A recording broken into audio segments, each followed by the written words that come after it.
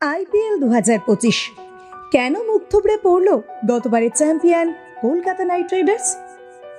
নমস্কার বন্ধুরা, IPL ২০২৫-এর league পর্ব প্রায় শেষের দিকে, আর গতবারের চ্যাম্পিয়ন কলকাতা নাইট রাইডার্সের বিদায় ঘণ্টা বেজে গিয়েছে। প্লে অফের স্বপ্ন ধূলিসাৎ। কিন্তু কেন এই পরিণতি? কোথায় গলদ ছিল শাহরুখ খানের দলের?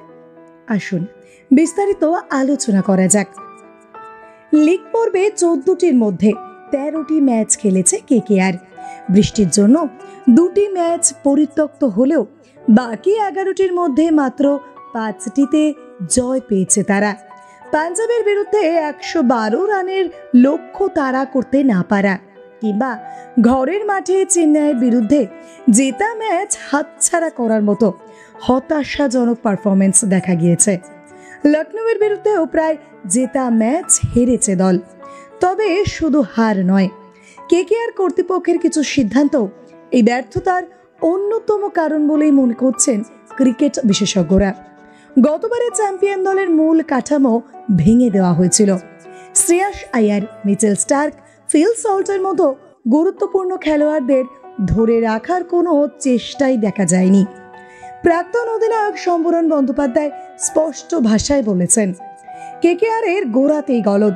নিলামে দলই তৈরি করতে পারেনি, কোনো পরিকল্পনার ছাপই ছিল না। এবার দেখে নেওয়া যাক সেই ভুলগুলো যা কেকেআরকে ডোবালো। সফল ওপেনিং জুটি ভেঙে ফেলা।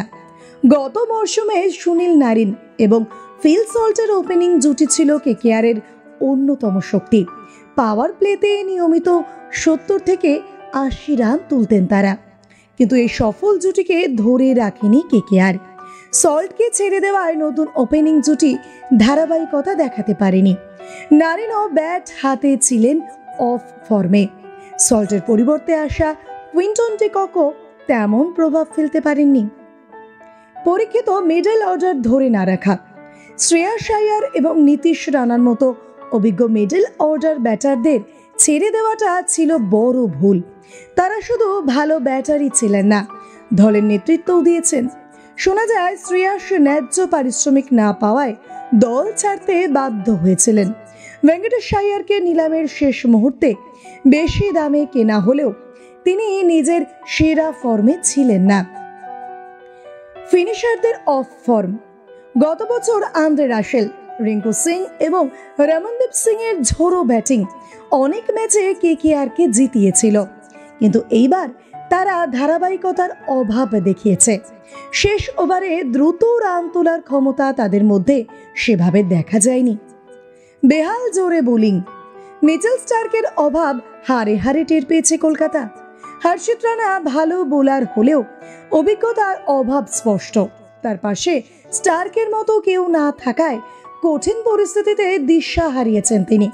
স্টার্কের পরিবর্তিত হিসেবে আনা স্পেন্সার জনসন এবং আন্দ্রিক নোকিয়াও হতাশ করেছেন। মোহাম্মদ শামির জন্য ঝাঁপিয়েও শেষ মুহূর্তে পিছিয়ে আসাটা ভুল সিদ্ধান্ত ছিল। স্পিন বোলিংয়ে ব্যর্থতা। বরুণ চক্রবর্তীকে ধরে রাখলেও গত বছরের সফল স্পিন জুটি ভেঙে দেওয়া হয়েছে। সুয়েশ শর্মাকে ছেড়ে দিয়ে এবং অবসর নেওয়া মঈন আলীকে দলে নিয়ে বরুণ এবং নারিনকে এইবার ধারাবাহিক ছিলেন না। অনেক ওভারে প্রচুর রান দিয়েছেন। দুর্বল নেতৃত্ব। অধিনায়ক নির্বাচনের ক্ষেত্রেও কেকেআর কর্তৃপক্ষের দূরদর্শিতার অভাব দেখা গিয়েছে। শ্রেয়াসের বিকল্প হিসেবে অভিজ্ঞ আজিঙ্ক্য রাহানেকে নেওয়া হলেও টি-20 ক্রিকেটে তার নেতৃত্ব বেশ দুর্বল মনে হয়েছে।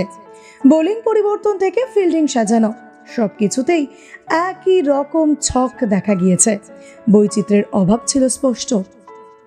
বুড়ো ক্রিকেটারদের ওপর আস্থা। নতুন দল তৈরির সময় সাধারণত তরুণ প্রতিভাদের সুযোগ দেওয়া হয়, কিন্তু কেকেআর এক্ষেত্রে উল্টো পথেই হেঁটেছে। নারিন, রাসেল, রাহানে, মঈনের মতো অভিজ্ঞ ক্রিকেটারদের ওপর অতিরিক্ত ভরসা রেখেছে, যা টি-20 ক্রিকেটের সঙ্গে একদমই বেমানান। গৌতম গম্ভীরের অনুপস্থিতি। গতবার গৌতম গম্ভীরের মেন্টরশিপ কেকেআরকে চ্যাম্পিয়ন করতে গুরুত্বপূর্ণ ভূমিকা নিয়েছিল। তার ভারতীয় দলের কোচ হওয়ায় এবং অভিষেক নায়ার ও রায়ান টেন দুষ্খাতের মতো সাপোর্ট স্টাফদেরও সঙ্গে নিয়ে যাওয়া কেকেআর শিবির দুর্বল হয়ে পড়ে। কোচ চন্দ্রকান্ত পণ্ডিতও দলকে সাফল্য এনে দিতে পারেননি। পুরনো ভুল। সফল ক্রিকেটারদের ধরে না রাখার রোগ কেকেআরের নতুন নয়। অতীতে সৌরভ গঙ্গোপাধ্যায়, সূর্যকুমার যাদব, শুভমান গিলের মতো প্রতিবাদেরও ছেড়ে দিয়েছে তারা। এই দীর্ঘ তালিকা প্রমাণ করে দল গঠনের সময় থেকেই ভুল পথে হেঁটেছে কেকেআর কর্তৃপক্ষ। বছরের পর বছর একই ভুল করার খেসারত দিল কলকাতা নাইট রাইডার্স। দুর্বল পরিকল্পনা এবং দূরদর্শিতার অভাবই তাদের এই হতাশাজনক পরিণতির কারণ।